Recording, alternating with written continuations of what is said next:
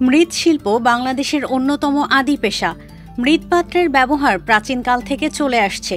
শিলালিপি ও পুরাকীর্তিতে এদেশের মৃৎশিল্পের নানা পরিচয় মেলে। এদেশের মৃৎশিল্পের গুণগত মান নানাভাবে প্রশংসিত। ফরিদপুরের বোয়ালমারী উপজেলা সদরে ময়না ইউনিয়নের একটি গ্রাম ঠাকুরপুর। এই গ্রামের 4টি পরিবারের 9 জন নারী পুরুষ মাটির তৈজসপত্র তৈরি ও বিক্রি করেন। মৃৎশিল্পের দুর্দিনেও হাল ছাড়েননি তারা। এটা তাদের আদি পেশা। তারা মাটি দিয়ে তৈরি চাকা বা রিং তৈরি করে জীবিকা নির্বাহ করেন। মাটির এই পুরানো চাকা নানা কাজে লাগে, এর চাহিদা আছে বেশ।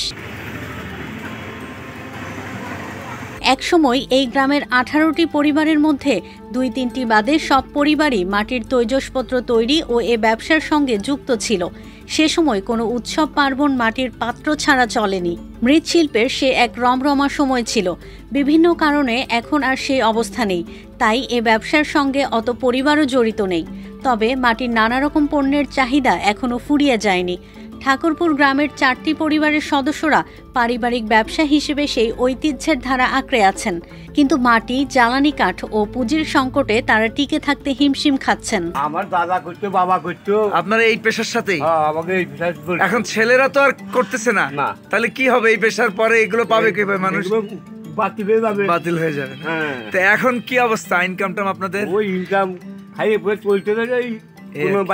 মানে পেশা তো বদল করার উপায় নাই, যেহেতু আপনাদের পেশা। কি করবো, এই করে খাই আর কি বাঁচি আছি। এর এক একটা রিং মানে পুরানো হয়ে গেলে কত টাকা বিক্রি হয়? ওই 8,000-7,000।